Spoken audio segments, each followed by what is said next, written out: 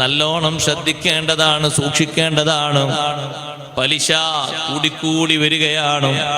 എല്ലാ സംഗതികൾക്കും അതേ നിർബന്ധിതമായി കുടുങ്ങിയ ആളുകൾ മാത്രമല്ല, അതൊരു വഴിയായി ജീവിതത്തിന്റെ മാർഗമായി കണ്ട് ലാഭം കിട്ടുന്ന, ലാഭം എടുക്കുന്ന പലിശ വിഹിതം കൊണ്ട് തന്നെ ജീവിതത്തിന്റെ മാർഗങ്ങളൊക്കെ നീങ്ങിപ്പോകുന്ന ആളുകളുണ്ട്. വീട്ടുകാരെ മുഴുവനും ഭക്ഷിപ്പിക്കുന്നതും നിത്യജീവിതത്തിന്റെ ചെലവ് കഴിയുന്നത് വരെ 4-5 സ്ഥലങ്ങളിൽ അവർ ഇൻവെസ്റ്റ്മെന്റ് ചെയ്ത കാശിന്റെ ഇൻട്രസ്റ്റ് ആണ്. അത് 4 മാസം കൂടുമ്പോ വാങ്ങുമ്പോ 4 മാസം വാങ്ങുമ്പോ ഒരു സംഖ്യയുണ്ടാകും. അതുകൊണ്ട് വീട്ടിലേക്ക് ഒരു മാസത്തെയോ മറ്റോ സാമഗ്രികളൊക്കെ വാങ്ങിക്കൊടുക്കുകയാണ്.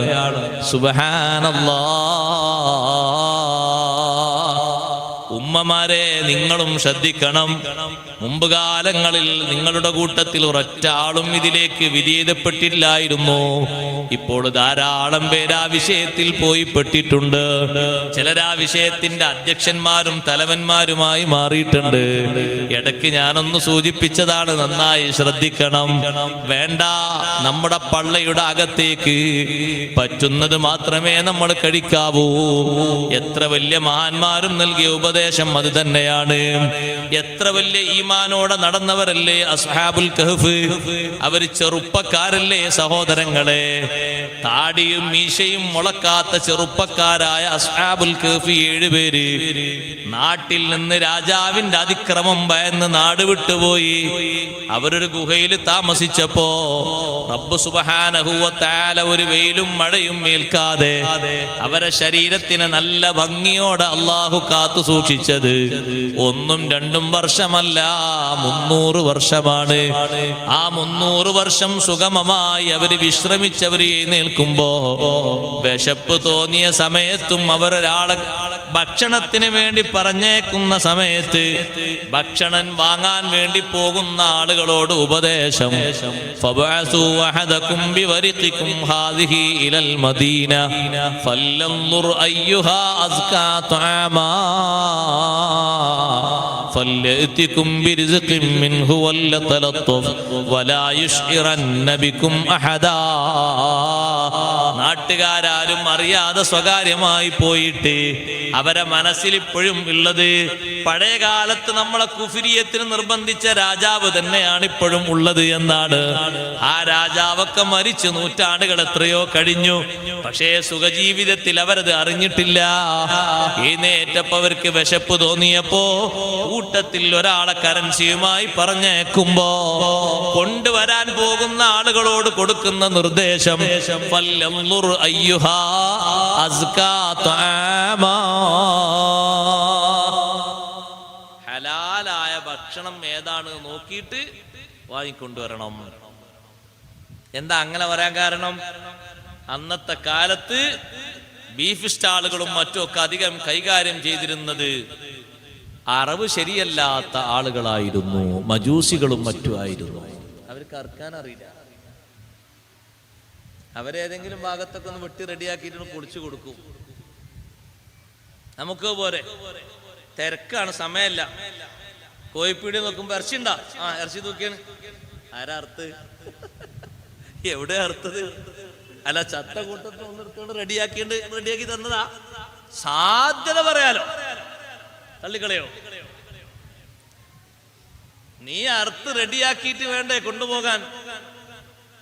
നിനക്ക് ഇറച്ചി കിട്ടിയാ മതി. അതിങ്ങനെ നടന്നു ഇരുന്നു ഇങ്ങനെ റെഡിയായി വേവിക്കുന്ന രൂപത്തിലായാൽ മതി. ആരറുത്താലും കുഴപ്പമില്ല, എങ്ങനെ അറുത്താലും കുഴപ്പമില്ല. അറുത്തിട്ട് തല വേർപെട്ടു പോയാൽ തന്നെ കറാഹത്തല്ലേ? ആദ്യം അറുത്തുകണോ? ഹയാത്തന്നെ ഉണ്ടോ? അവരക്കിലിറച്ചി എത്ര പെട്ടെന്ന് നമ്മളെ ആൾക്കാരൊക്കെ വാങ്ങിപ്പോളല്ലേ. ഓ, പെരുന്നാളൊക്കെ ഇതാ വാങ്ങല്, ഇതാ കൊണ്ടുപോല്. ആർക്കും ഒരു പ്രശ്നമില്ല. എല്ലാവർക്കും 2 കിലോ കോഴി കിട്ടിയാൽ മതി. കോഴി ഇറച്ചിയായാ മതി, വേറെ ഒരു കുഴപ്പമില്ല. രാവിലെ വെളുപ്പാൻ കാലത്ത് പോകുന്ന വണ്ടിയിൽ നിന്ന് തട്ടിറക്കി വെക്കുമ്പോ നോക്കണം. പലപ്പോഴും നോക്കോളൂ. കണ്ടിട്ടുണ്ട്, നമ്മൾ കണ്ടിട്ടുണ്ട്. ഇത്ര കോഴികളാ പുറത്തേക്ക് ഒഴിവാക്കേണ്ടി വരുന്ന കോഴികളുള്ളതില്. കാറ്റ് തട്ടിയിട്ടും മറ്റു ഇളകിയിട്ടും മറ്റുമൊക്കെ പണി പോയ കോഴികൾ എത്ര ഉണ്ട്. ആ കോഴികളെല്ലാം തൊലിരിഞ്ഞ് റെഡിയാക്കിയിട്ടൊന്ന് പീസ് പീസാക്കി വെച്ചാൽ ഇറച്ചി ആവശ്യമുള്ള ആൾക്കാർ അതും കൊണ്ടുപോകും. ആർക്കെങ്കിലും അത് കൊടുക്കാൻ പറ്റൂല. പക്ഷെ അതൊക്കെ പറ്റൂല എന്നുള്ള നല്ല കുറ്റിയുറപ്പുള്ള ആളല്ലേ ചിന്തിക്കുള്ളൂ. അറിവ് ശരിയല്ലാത്ത ആൾക്കാരാണ് അന്ന് ഇറച്ചി കച്ചവടം ചെയ്യുന്നത്. അതുകൊണ്ടാണ് അസ്ഹാബുൽ കഹ്ഫ് പറയുന്നത്, നല്ല നിലക്ക് ഹലാലായ രീതിയിൽ അറുത്ത മാംസങ്ങളൊക്കെ വേവിച്ച ഭക്ഷണമാണെങ്കിൽ അതൊക്കെ നോക്കിയിട്ട് വേണം വാങ്ങിക്കൊണ്ടുവരാൻ. അറിവറിയാത്ത ആൾ അർത്ഥം എങ്ങനെ ഉണ്ടാവും? അത് കൊറുജീവനായി മരിച്ചിട്ടുണ്ടാവും, പകുതി ജീവനിൽ പടിഞ്ഞ് റെഡിയാക്കി മരിച്ചിട്ടുണ്ടാവും. അല്ലെങ്കിൽ ചിലത് തലക്കൊരു മേട്ടം വേണ്ടിയിട്ടുണ്ടാവും. അപ്പൊ പിന്നെ കൊന്നേ പറയാണ്ടുള്ളൂ, അറുത്ത് എന്ന് പറയാനല്ല, കൊന്നേ പറയാനുള്ളൂ. കുറച്ച് കഴിഞ്ഞപ്പോ തോലും കീച്ചി. സഹോദരങ്ങളെ, അങ്ങനെ സാധ്യതകളൊന്നും ഇല്ലാത്ത വിധമുള്ള ഭക്ഷണം അതാകണം നമ്മുടെ വയറ്റിലേക്ക് നമ്മൾ കൊടുക്കേണ്ടത്, കുടുംബത്തിലേക്ക് കൊടുക്കേണ്ടത്. അസ്ഹാബുൽ കഹ്ഫ് ഉണർന്നപ്പോഴും പറഞ്ഞ വാക്കങ്ങനെയാണ്, ഹലാലായത് മാത്രമേ വാങ്ങിക്കൊണ്ടുവരാവൂ. ഇത്രയും കാലം കാത്തു സൂക്ഷിച്ച ഈമാന് നശിച്ചു പോകരുത്, ഇഖ്ലാസ് പോയി പോകരുത്. ഫല്ലൻദുർ അയ്യുഹാ അസ്കാ തആമാ, ഹലാലായി എന്ന് പൂർണ്ണമായും ഉറപ്പുള്ള രീതിയിലുള്ള നല്ല ഭക്ഷണം ഏതെന്ന് നോക്കിയിട്ട് അത് വാങ്ങിക്കൊണ്ടുവരണം. അതേ ഭക്ഷിക്കാൻ പറ്റൂ. എവിടെയും ശ്രദ്ധിക്കേണ്ടതും സൂക്ഷിക്കേണ്ടതുമാണ്. വീടകങ്ങളിൽ മാത്രമല്ല, പുറത്തു പോകുമ്പോഴും ശ്രദ്ധിക്കേണ്ടതാണ്. സൂക്ഷ്മതയോടെയാണ് കഴിക്കേണ്ടത്. കഴിക്കുന്നത് മോശമായാൽ തഖ്വ കുറഞ്ഞു പോകും, ഇഖ്ലാസ് കുറഞ്ഞു പോകും. കണ്ടില്ലേ, ഇജാബത്ത് കുറഞ്ഞു പോകും, സ്വീകാര്യത കുറഞ്ഞു പോകും. എത്ര ആളുകളുണ്ട്, നബി സല്ലല്ലാഹു അലൈഹി വസല്ലം തങ്ങൾ പറഞ്ഞില്ലേ, എത്ര ആളുകളുണ്ട് അവരുടെ ഭക്ഷണം ഹറാമാണ്, പാനീയം ഹറാമാണ്, ധരിച്ചത് ഹറാമാണ്, ഹറാമിലായിട്ട് നിറഞ്ഞ ജീവിതമാണ്. ഫഅന്നാ യുസ്തജാബു ലിദാലിക, അവൻ എങ്ങനെ ഉത്തരം നൽകപ്പെടാനാ? അതുകൊണ്ട് കഴിക്കുന്നത് ഹറാമാകരുത്. ഇബാദത്തിന് തീരെ ലദ്ദത്ത് ലഭിക്കുകയില്ല. ഒരു ചെറിയ ധാന്യം എടുത്തത് മാറിപ്പോയപ്പോ, ഇബാദത്തിന്റെ മധുരം നഷ്ടപ്പെട്ടപ്പോൾ ഉമ്മയോട് വന്ന് ചോദിച്ചുകൊണ്ട് അത് തിരുത്തിയിട്ട് പൊരുത്തപ്പെടിച്ചിട്ട് ഇബാദത്തിന്റെ മാധുര്യം എനിക്ക് ലഭിക്കണമെന്ന് ആഗ്രഹിച്ചു പോയ മഹാരഥന്മാരില്ലേ പഴയകാലത്ത് ജീവിച്ചു പോയവരിൽ? അവരെത്ര സൂക്ഷ്മതയോടെ കഴിഞ്ഞവരാണ്. സ്വന്തം ഉമ്മയോട് വന്ന് ചോദിക്കുന്നു. സുബ്ഹാനല്ലാഹ്, പഴയകാലത്ത് ജീവിച്ച മഹാന്മാരിൽ വലിയൊരു മഹാൻ, ഉമ്മ, ഞാൻ ഇബാദത്തെടുത്ത് എത്ര നിസ്കരിച്ചിട്ടും എന്റെ നിസ്കാരത്തിന് എനിക്കൊരു മധുരം ലഭിക്കുന്നില്ല. ദ്വാരുന്നിട്ട് കണ്ണീരൊക്കെ വരുന്നുണ്ട്, പക്ഷേ അതുകൊണ്ട് എന്റെ മനസ്സിനൊരു സംതൃപ്തി വരുന്നില്ല. ഒരു വിധേയത്വവും വിനയവും എനിക്ക് കൂടി കിട്ടുന്നില്ല. ഇബാദത്തുകളിൽ എനിക്ക് താല്പര്യം നന്നേ കുറഞ്ഞു പോവുകയാണ്.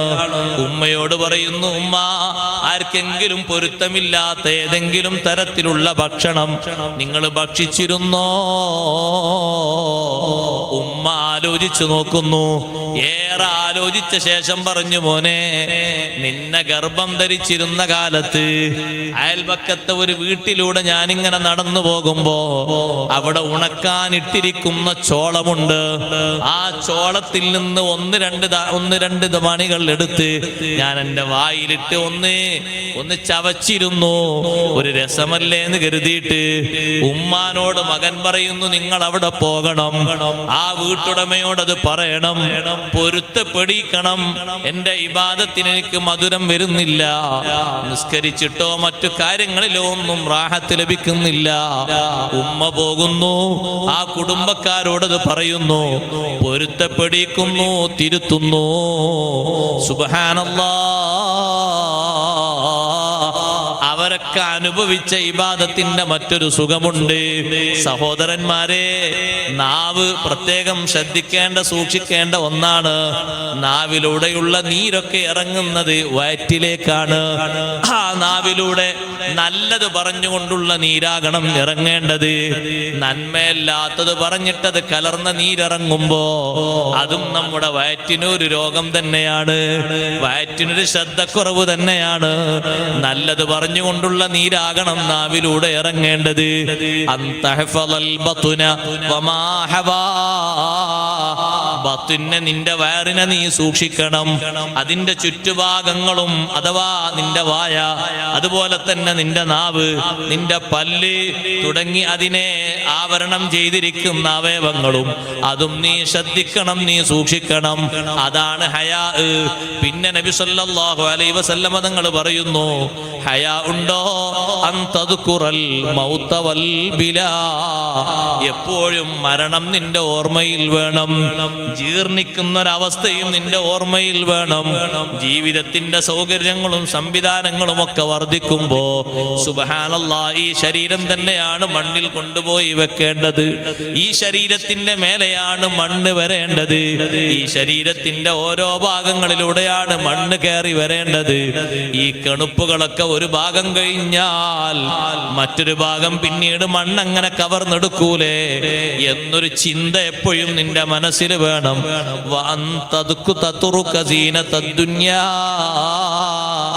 ആഖിറത്തിലെ സുഖം ഉദ്ദേശിച്ചുകൊണ്ട് ദുനിയാവിന്റെ ആഡംബരം ഒഴിവാക്കി ജീവിക്കണം. അതാണ് യഥാർത്ഥ ഹയാ എന്ന് സയ്യിദുനാ റസൂലുള്ളാഹി സ്വല്ലല്ലാഹു അലൈഹി വസല്ലം തങ്ങൾ പറയുന്നു. പറയാൻ പറ്റാത്തത് പറയാതിരിക്കുന്നത് ഹയാ ആണ്, ഭക്ഷിക്കാൻ പറ്റാത്തത് ഭക്ഷിക്കാതിരിക്കുന്നത് ഹയാ ആണ്, നോക്കാൻ പറ്റാത്തത് നോക്കാതിരിക്കുന്നത് ഹയാ ആണ്. അങ്ങനൊരു ഹയാഓടെ ജീവിക്കുന്ന ആളാണോ അവന്റെ ഈമാനിന് വലിയ നിലവാരം ഉണ്ട്. വിശുദ്ധ ഇസ്ലാമിൽ മുസ്ലിംകൾക്ക് ഏറ്റവും അധികം കാണേണ്ട ഒരു സ്വഭാവവും ഹയാ ആണ്. ലികുല്ലി ദീനിൻ ഖുലുഖുൻ വഖുലുഖുൽ ഇസ്ലാമി അൽ ഹയാ. എല്ലാ മതക്കാർക്കും ഓരോ സ്വഭാവമുണ്ട്. ഇസ്ലാമിന്റെ സ്വഭാവം അത് അൽ ഹയാ, അത് നാണമാണ്, ലജ്ജയാണ്. ചെയ്യാത്ത കാര്യങ്ങളിൽ പ്രവേശിക്കാൻ വല്ലാത്ത മനസ്സിനൊരു വിരക്തിയാണ്, പേടിയാണ്. ആ വിരക്തിയും പേടിയും നിലനിർത്തണം എപ്പോഴും. ഞാൻ ഇതുവരെ കാണാത്ത ഒരു സംഗതിയാണ്, എന്നാൽ എന്റെ ജീവിതത്തിൽ ഇനി അത് കാണേണ്ടതില്ല എന്ന് തന്നെ തീരുമാനിക്കണം. അതല്ല ഇക്കൊല്ലം അതൊന്ന് കണ്ടോട്ടെ എന്ന് ചിന്തിക്കരുത്. ആ കാഴ്ച ഹറാമാണോ, നീ അതിന് ഉത്സാഹം പ്രകടിപ്പിക്കരുത്, നീ അതിന് താല്പര്യവും വഴിയും ഒരുക്കരുത്, പിറകോട്ട് മാറിയേക്കണം. അങ്ങനെ തിന്മകളോട് പുറംതിരിഞ്ഞു നിൽക്കുന്നൊരു ഹയാ നമ്മുടെ ജീവിതത്തിന്റെ കൂടെ പിറപ്പായി മാറണം. സുബ്ഹാനല്ലാഹ്, പഴയകാലത്ത് ജീവിച്ച മഹാന്മാരിൽ എത്രയോ തെറ്റുകുറ്റങ്ങൾക്ക് നിർബന്ധിപ്പിക്കപ്പെട്ട ആളുകൾ ഉണ്ടായിരുന്നു. അവര് മാറി നിന്നത് ഇതുവരെ എന്റെ ശരീരത്തിന് പതിവില്ലാത്തതാണ്, അതുകൊണ്ട് ഇനി എന്നോടങ്ങനെ പതിവാക്കാൻ പറയരുത്, എനിക്കതിന് സാധ്യമല്ല. ഇബ്നു അബ്ബാസ് റളിയല്ലാഹു അൻഹു പഠിപ്പിക്കുന്നുണ്ട്, ബനൂ ഇസ്രായേലിൽ ജീവിച്ചൊരു ഉമ്മ, ആ ഉമ്മയുടെ പേര് സാറ എന്നാണ്. ആ ഉമ്മക്ക് 6 മക്കളുണ്ട്. 6 മക്കളെയും ഈ ഉമ്മയെയും ആ കാലഘട്ടത്തിലെ രാജാവ് വലിയൊരു പരീക്ഷണത്തിന് വിധേയമാക്കി. പന്നിമാംസം തിന്നുന്നത് തിന്നണം എന്ന് പറഞ്ഞു, തിന്നിട്ടില്ലെങ്കിൽ കൊല്ലും. ഉമ്മാനങ്ങനെ നിർത്തിയിട്ട് മൂത്ത മകനെ കൊണ്ടുവന്നു, മൂത്ത കുട്ടിയെ കൊണ്ടുവന്നു, മോനെ കൊണ്ടുവന്നു. പന്നിമാംസം ഇങ്ങനെ റെഡിയാക്കി വെച്ചു. തിന്നാൻ പറഞ്ഞു രാജാവ്. തിന്നാൻ പറ്റൂല, അല്ലാഹ് ഹറാമാക്കിയതാണ്, എനിക്ക് തിന്നാൻ പറ്റൂല. അല്ലാഹ് ഹറാമാക്കിയതാണ്, എനിക്ക് തിന്നാൻ പറ്റൂല എന്ന് പറഞ്ഞു. നിനക്ക് ജീവൻ വേണമെങ്കിൽ, ജീവിതം വേണമെങ്കിൽ തിന്നോന്ന് പറഞ്ഞു. ജീവനിൽ എനിക്ക് പേടില്ല, ഞാൻ ജീവിച്ചു, മരണം എനിക്ക് എപ്പോഴും ഉണ്ടാകും. പക്ഷേ നിങ്ങളെ ഈ ആഗ്രഹം പൂർത്തീകരിച്ചുകൊണ്ട് ഈ പന്നിമാംസം തിന്നിട്ടൊരു ജീവിതം അതെനിക്ക് വേണ്ട. ഉമ്മാന്റെ കൺമുന്നിൽ വെച്ച് തന്നെ മൂത്ത കുട്ടിയുടെ പെരടി വെട്ടി.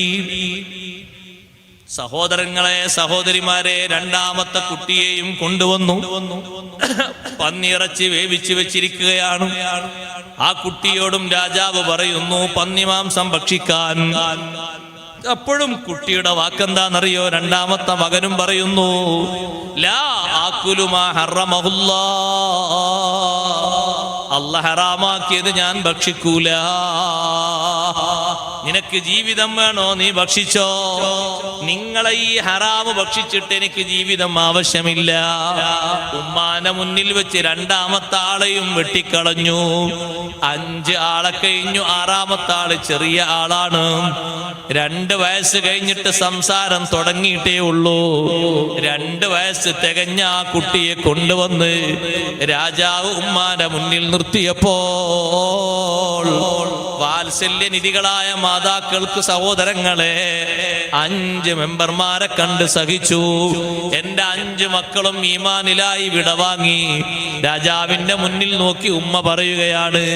സാറ എന്ന ഉമ്മയോട് രാജാവ് പറയുന്നു, നിങ്ങളുടെ ഗതിയും ഇത് തന്നെയാണ് ഉമ്മ വരാനുള്ളത്. എനിക്കത് പ്രശ്നമേ അല്ല. ഈ ചെറിയ കുട്ടിയോട് നിങ്ങൾ പറഞ്ഞാ കേൾക്കും ഉമ്മ. ഈ കുട്ടിയോട് പറയൂ, ഒരു കഷ്ണമെങ്കിലും തിന്നാൻ വേണ്ടി പറയൂ. സഹോദരങ്ങളെ, നിർബന്ധിതമായ ഘട്ടമാണ്. നമ്മുടെ ദീനിന്റെ മസ്അല അനുസരിച്ച് ജീവിക്കാൻ വേണ്ടി ജീവിതത്തിന്റെ പേടിയുണ്ട്. ഒരു കഷ്ണം തിന്ന് എന്ന് കരുതിയിട്ട് തകരാറില്ല. പക്ഷേ അവരുടെ മനസ്സിലുള്ള ആശയം എന്താണെന്നറിയോ? അല്ലാഹ് ഹറാമാക്കിയതല്ലേ, അത് തിന്നിട്ടൊരു ജീവിതം വേണ്ട. പടച്ച റബ്ബ് ഹറാമാക്കിയതല്ലേ, അത് തിന്നിട്ടൊരു സുഖജീവിതം വേണ്ട. മരിക്കാണെങ്കിൽ മരിച്ചോട്ടെ, അള്ളാഹുവിന്റെ മാർഗത്തിലല്ലേ മരിക്കുന്നത്, ഒരു പരാതിയുമില്ല. ഈമാന് ഖൽബിൽ തറുവായാൽ അങ്ങനെയാണ്. അവിടെ പിന്നെ അഡ്ജസ്റ്റ്മെന്റിനൊന്നും ആൾക്കാർ ഒരുങ്ങൂല. 4000-ലധികം വരുന്ന നല്ല ബുദ്ധിമാന്മാരായ സാഹിര്യങ്ങളല്ലേ ബഹുമാനപ്പെട്ട കലീമുല്ലാഹി മൂസാ നബി അലൈഹിസ്സലാമിന്റെ മുഅ്ജിസത്ത് കണ്ട് അവർ അള്ളാഹുവിലും മൂസാ നബിയിലും ഹാറൂൻ നബിയിലൊക്കെ വിശ്വസിച്ചത്.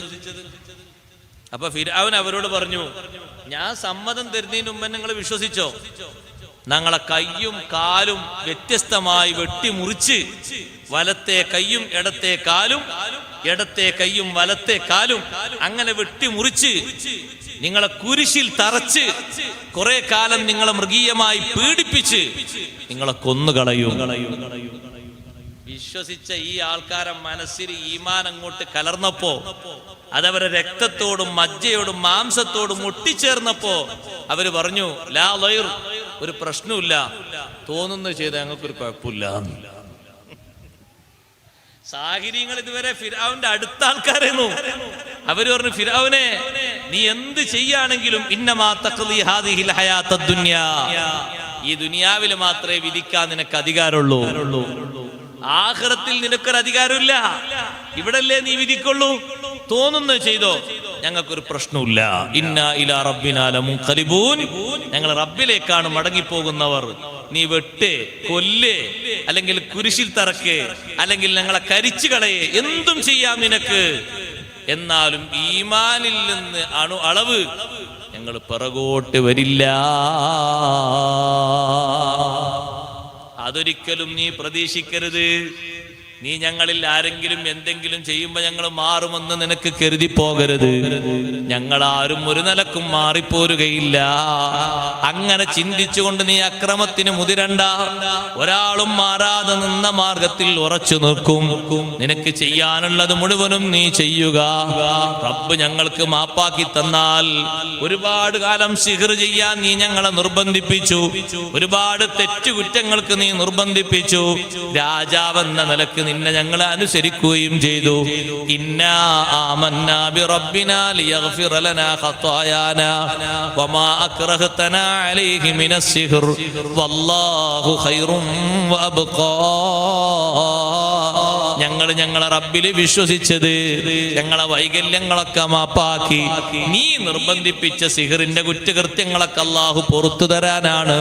അല്ലാഹു തആല ഉത്തമനാണ്, എന്നെന്നും ശേഷിക്കുന്നവനാണ്. തോന്നുന്നത് നീ ചെയ്തോ, ഞങ്ങളാരും മടങ്ങിപ്പോരൂല. ഉള്ളിൽ ഈമാൻ അങ്ങോട്ട് ഉറച്ചാൽ അങ്ങനെയാണ്. ശിക്ഷ കണ്ടാ മടങ്ങുന്ന ഈമാനാകൂലത്. 2 വയസ്സായ കുട്ടിയെ കൊണ്ടുവന്നപ്പോ ബനു ഇസ്രായേലിലെ സാറ എന്ന ഉമ്മ അങ്ങനെ നോക്കുകയാണ് ആ കുട്ടിന്റെ മുഖത്തേക്ക്. ബാപ്പാരെ ഉമ്മാരെ ഒന്ന് ചിന്തിച്ചു നോക്ക്. 2 വയസ്സായ ഒരു കുട്ടി നേരെ ഇപ്പുറത്ത് രാജാവിന്റെ അനുയായി വാളും പിടിച്ച് കാത്തു നിൽക്കുക. ഒരു ചെറിയ പാത്രത്തിൽ വേവിച്ച പന്നി മാംസം കൊണ്ടുവന്ന് വെച്ചിരിക്കുക. കുട്ടിയോട് പറയുന്നു, ഒരൊറ്റ കഷ്ണം തിന്നാൽ നിന്റെ ഉമ്മയോടൊപ്പം നിനക്ക് ജീവിതം കിട്ടും. അല്ലെങ്കിലോ 5 ആളുകൾ കിടക്കുന്നത് കണ്ടില്ലേ, അവരെ കൂടെ പോകാം. കുട്ടി പറഞ്ഞു, എന്റെ സഹോദരന്മാരിൽ എനിക്ക് മാതൃകയുണ്ട്. എന്റെ ജേട്ടന്മാര് മുഴുവനും ഈമാനിലായിട്ടല്ലേ മരിച്ചുപോയത്. ഹറാമു ഭക്ഷിക്കാൻ ഒരു നിലക്കും അവർ തുനിഞ്ഞില്ലല്ലോ. ലാ ആകുലു മിമ്മാ ഹറമഹുല്ലാഹ്. 5 ആള് പറഞ്ഞ അതേ മുദ്രാവാക്യം കുട്ടിയും ഏറ്റു പറഞ്ഞു. അള്ളാഹു നിഷിദ്ധമാക്കിയതിൽ നിന്നൊരു തുണ്ട് പോലും ഞാൻ ഭക്ഷിക്കുകയില്ല. കുട്ടിയെ ആക്രമിക്കാൻ വേണ്ടി വാളുമെടുത്തുകൊണ്ടൊരാൾ അടുത്തേക്ക് വന്നപ്പോ ഉമ്മാന്റെ മനസ്സിൽ ഒരു വെപ്രാളവും ബേജാറും ഒക്കെ രൂപപ്പെട്ട് വരുന്നത് കണ്ടപ്പോ, സങ്കടങ്ങൾ കണ്ടപ്പോ കുട്ടി നേരെ തിരിഞ്ഞു ഉമ്മയോട് പറഞ്ഞു, ഉമ്മ, ദുനിയാവെന്ന് പറയുന്നത് ചെറിയൊരു ലോകമാണ്. ആഖിറമെന്ന് പറയുന്നത് പ്രവിശാലമായ ലോകമാണ്. അള്ളാഹുവിന്റെ അടുക്കൽ പടച്ച റബ്ബ് ഹറാമാക്കിയത് അംഗീകരിക്കാതെ പോകുന്ന നമുക്ക് അള്ളാഹു തആല വെച്ച സവാബില്ലേ, അത് ഇവിടത്തെ സുഖത്തെക്കാളും ഏറ്റവും നല്ലതാണ് ഉമ്മ. അതുകൊണ്ട് ബേജാറ് വേണ്ട. ഉമ്മാക്ക് നല്ലൊരു ഉപദേശം കൊടുത്തപ്പോ ഉമ്മാന്റെ മനസ്സിന് നല്ല സ്ഥൈര്യം കിട്ടി. ആ ഉമ്മാന്റെ കൺമുന്നിൽ വെച്ച് തന്നെ 6ാമത്തെ കുട്ടിയെയും രാജാവിന്റെ കിങ്കരന്മാർ വെട്ടിവീത്തിക്കളഞ്ഞു. അവസാനം സാറ എന്ന് പറയുന്ന ഉമ്മയോട് രാജാവിന്റെ വാഗ്ദാനങ്ങൾ വരികയാണ്. കൊട്ടാരത്തിൽ ജീവിതം തരാം, നിനക്ക് വേണമെങ്കിൽ രാജാവിന്റെ രാജ്ഞിയാകാം, നിന്റെ ജീവിതത്തിന്റെ വിഷമങ്ങളൊന്നും അറിയാതെ ജീവിക്കാം.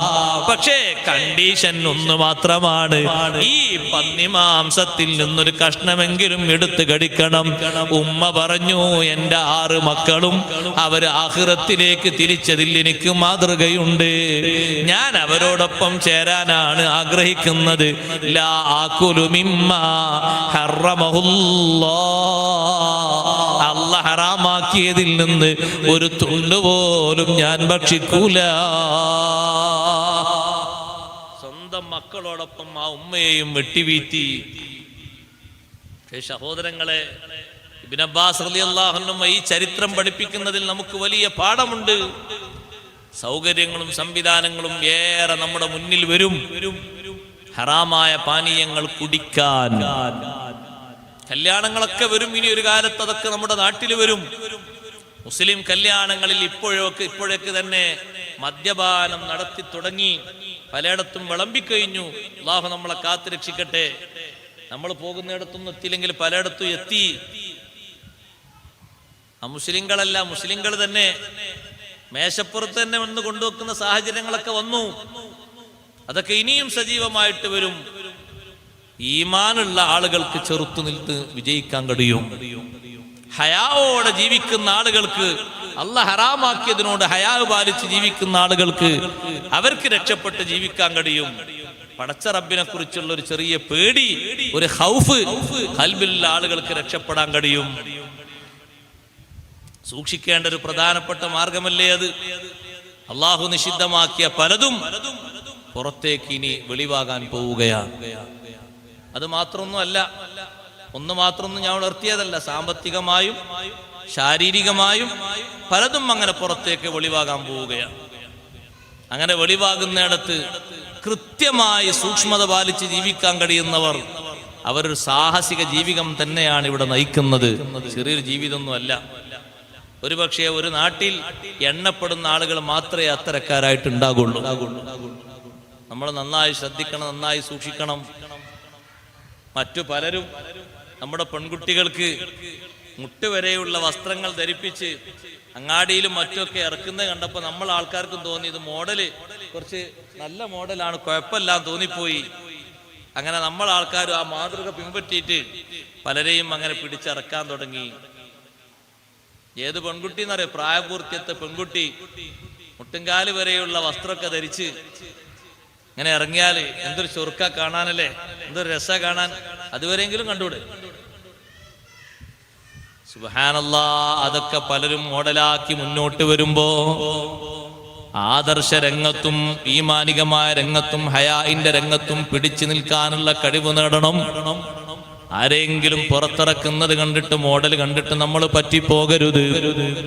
നന്നായി ശ്രദ്ധിക്കണം, നന്നായി സൂക്ഷിക്കണം. എൻ്റെ ഉമ്മമാരോടടക്കം എല്ലാവരോടും ഞാനത് ഉണർത്തുകയാണ്. ഇപ്പോൾ നമ്മുടെ നാടുകളിൽ സജീവമായി നമ്മൾ കണ്ടുകൊണ്ടിരിക്കുന്ന വേറൊരു രംഗം, വീട്ടിലുള്ള മുതിർന്നവരൊക്കെ നല്ല തട്ടമിട്ടിട്ടുണ്ട്, പർദ്ദയും ധരിച്ചിട്ടുണ്ട്, മക്കനയുമുണ്ട്, ജിൽബാബുമുണ്ട്.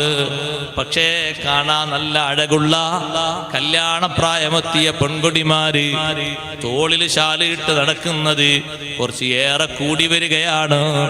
ഉമ്മമാരെ തട്ടമിടുന്നത് അത് അല്ലാഹുവിന്റെ ദീനിന്റെ ഒരു നിയമമാണ്. ഉസ്താദുമാര് കെട്ടിപ്പടിച്ചുണ്ടാക്കിയ നിയമമല്ല. റബ്ബ് സുബ്ഹാനഹു വ തആല നിങ്ങൾക്ക് നിർബന്ധമാക്കിയൊരു നിയമമാണ്. മക്കനയിട്ട് മാറുമറച്ച് നടക്കണമെന്ന് പറയുന്നത് ദീനിന്റെ സൂക്ഷ്മതയുള്ള നിർബന്ധമായി പാലിക്കേണ്ട നിയമമാണ്. എന്തിനാണ് ആ നിയമം അല്ലാഹു വെച്ചത് എന്നറിയുമോ?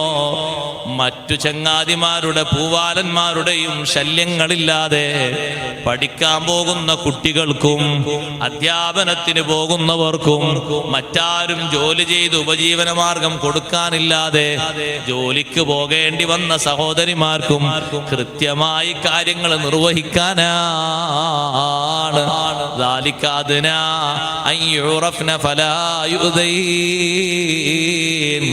മാറ് മറക്കണമെന്നും കഴുത്ത് മറക്കണമെന്നും മറ്റുമൊക്കെ നിങ്ങളോട് പറയാനുള്ള കാരണം നല്ലവരാണെന്ന് മനസ്സിലാക്കപ്പെട്ട് ശല്യങ്ങളൊന്നും വരാതിരിക്കാനാണ്.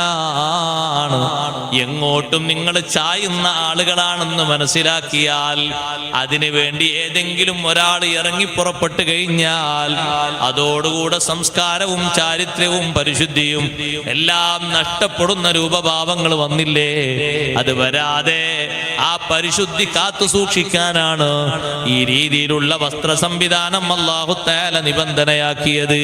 അതങ്ങനെ തന്നെ സൂക്ഷിക്കേണ്ടവരിലൊക്കെ സൂക്ഷിക്കണം, ശ്രദ്ധിക്കേണ്ടവരിലൊക്കെ ശ്രദ്ധിക്കണം. അത് ഈമാനിന്റെ ഒരു പ്രധാനപ്പെട്ട ഭാഗം തന്നെയാണ്. റബ്ബ് സുബ്ഹാനഹു വ തആല നബി പത്നിമാരോടും നബി സല്ലല്ലാഹു അലൈഹി വസല്ലം തങ്ങളെ പെൺമക്കളോടും ലോകത്തുള്ള എല്ലാ മുഅ്മിനീങ്ങളായ സ്ത്രീകളോടും അങ്ങനെ ശ്രദ്ധിച്ച് സൂക്ഷിച്ച് നടക്കാൻ വേണ്ടി കൽപ്പിച്ചിട്ടുണ്ട്.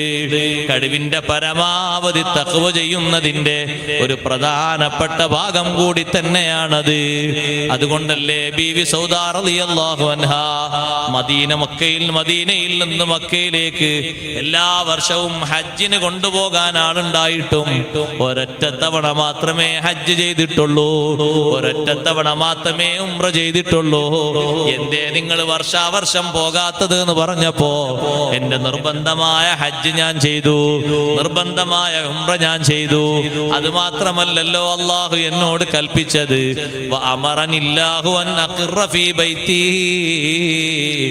മറ്റു ശുഗലുകളൊന്നുമില്ലെങ്കിൽ എന്റെ വീട്ടിൽ ഒതുങ്ങിക്കടിയാൻ അല്ലാഹു എന്നോട് കൽപ്പിച്ചിട്ടില്ലേ? അതുകൊണ്ടാണ് ഞാൻ മറ്റു പലരും പോകും പോലെ വർഷാവർഷം ഇറങ്ങി പുറപ്പെടാത്തത് എന്ന് സൗദ ബീവി റളിയല്ലാഹു അൻഹ മറുപടി പറഞ്ഞു എന്ന് മാത്രമല്ല, ജനാസയല്ലാതെ മഹദിയുടെ വീട്ടിൽ നിന്ന് പുറത്തു വന്നിട്ടില്ല. സുബ്ഹാനല്ലാഹ്. അതുകൊണ്ട് ശ്രദ്ധിക്കേണ്ട സൂക്ഷിക്കേണ്ട മാർഗങ്ങളിൽ നമ്മൾ നല്ലോണം ശ്രദ്ധിക്കുകയും സൂക്ഷിക്കുകയും വേണം. അല്ലാഹു സുബ്ഹാനഹു വ തആല സൂക്ഷ്മതയോടെ ജീവിക്കാൻ നമുക്കെല്ലാവർക്കും തൗഫീഖ് നൽകുമാറാകട്ടെ. സഹോദരങ്ങളെ, ആ ഹദീസിന്റെ അവസാനം സുമ്മ തദ്കുറുൽ മൗത വൽ ബിലാ, നിന്റെ മരണത്തെക്കുറിച്ച് നീ ഓർക്കണം, അതേ ജീർണിച്ചു പോകുന്ന അവസ്ഥയും ഓർക്കണം. മഹാന്മാര് ഓർത്തതുപോലെ ഒരു ഓർമ്മ നമ്മുടെ കൽബിൽ എപ്പോഴെങ്കിലും ഉണ്ടായിട്ടുണ്ടോ? വലിയ പണ്ഡിതനല്ലേ അത്താ ഉസ്സുലമി റളിയല്ലാഹു അൻഹു. ചെറിയ കാര്യത്തിന് വരെ ചിന്തിച്ച് വല്ലാതെ കരഞ്ഞു പോയ മഹാനാണ്. പാവപ്പെട്ട രീതിയിൽ ജീവിച്ച ആളാണ് അത്താ ഉസ്സുലമി റളിയല്ലാഹു അൻഹു. എന്താണ് സമ്പാദ്യം, ജീവിതത്തിന്റെ ഉപജീവന മാർഗമെന്ന് എന്തെന്നറിയുമോ? ഒരാഴ്ചയോ രണ്ടാഴ്ചയോ പണിപ്പെട്ടുകൊണ്ടൊരു മെത്ത നിർമ്മിക്കും.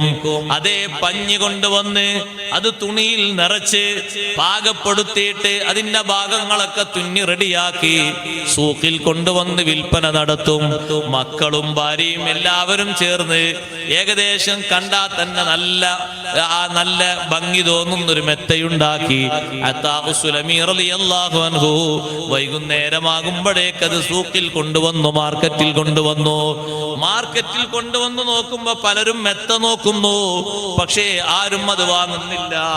അത്താഉ സുലമി റളിയല്ലാഹു അൻഹുവിന് ഈ മെത്ത ആരെങ്കിലും വാങ്ങിയെങ്കിലേ ഇന്ന് മഗ്‌രിബാകുമ്പോ മക്കൾക്ക് നോമ്പ് തുറന്ന് ഭക്ഷിക്കാൻ എന്തെങ്കിലും വാങ്ങിക്കൊണ്ടുപോകാൻ പറ്റൂ. വീട്ടുകാര് മൊത്തം സുന്നത്ത് നോമ്പിലാണ്. ഭക്ഷണം കഴിക്കാനുണ്ടാകുമ്പോ മാത്രമേ അവര് നോമ്പ് ഒഴിവാക്കാറുള്ളൂ. അല്ലാത്ത സന്ദർഭങ്ങളിലൊക്കെ നോമ്പ് നോൽക്കാറുണ്ട്. അത്താഉ സുലമി റളിയല്ലാഹു അൻഹു ആരെങ്കിലും ഇത് വാങ്ങണമെന്ന് കരുതിയിട്ട് ഓരോ കടയുടെ മുന്നിലൂടെയും ആ മെത്ത തലയിലേറ്റി കൊണ്ടുപോകുമ്പോ ഒരു കടക്കാരൻ അത്താഉ സുലമി റളിയല്ലാഹു അൻഹു അദ്ദേഹത്തിന്റെ മെത്ത കൊണ്ടുവന്നപ്പോ ഇറക്കി വെക്കാൻ പറഞ്ഞു. ആ മെത്തയുടെ ഒരുപാട് പോരായ്മകൾ ചൂണ്ടിക്കാണിച്ചു. സാധാരണ നമ്മുടെ മുന്നിൽ ഒരു കച്ചവടക്കാരൻ വന്നാൽ അദ്ദേഹം കൊണ്ടുവന്നത് പുതപ്പാണെങ്കിൽ പുതപ്പിന് എന്തെങ്കിലും കംപ്ലൈന്റ് ഉണ്ടെങ്കിൽ നമ്മൾ പറയാറില്ലേ? കൊണ്ടുവന്നത് പാത്രങ്ങളാണെങ്കിൽ പാത്രത്തിന് ഏതെങ്കിലും രൂപമാറ്റം ഉണ്ടെങ്കിൽ പറയാറില്ലേ?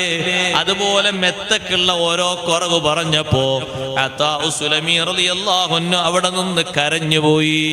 വല്ലാതെ കരഞ്ഞു. ചെറിയ കരച്ചിലൊന്നുമല്ല, പൊട്ടി പൊട്ടി മഹാനവറുകൾ വിതുമ്പിക്കരയുമ്പോ ഈ കടക്കാരൻ ചിന്തിക്കുന്നു, പടച്ചോനെ ജനങ്ങൾ കണ്ടാൽ ഞാൻ ഇദ്ദേഹത്തെ കരയിപ്പിച്ചു എന്ന് കരുതി പോകും. പുറത്തിറങ്ങി വന്നിട്ട് പറയുന്നു, നിങ്ങൾ കരയണ്ട, മെത്ത ഞാൻ തന്നെ വാങ്ങിക്കൊള്ളാം. അത്താഉ സുലമി റളിയല്ലാഹു അൻഹു പറഞ്ഞു, ലൈസ ദാലിക കമാ തളുന്നു, നീ വിചാരിക്കും പോലെയല്ല എന്റെ കരച്ചില്. അന്ന് രണ്ടാഴ്ച പണിപ്പെട്ട് രാവും പകലും അധ്വാനിച്ച് ഞാനും എന്റെ മക്കളും ഉപജീവന മാർഗത്തിന് വേണ്ടി വളരെ വൃത്തിയോടെ ഉണ്ടാക്കിക്കൊണ്ട് വന്നൊരു മെത്തയില് നിങ്ങൾ ന്യൂനത കണ്ടില്ലേ?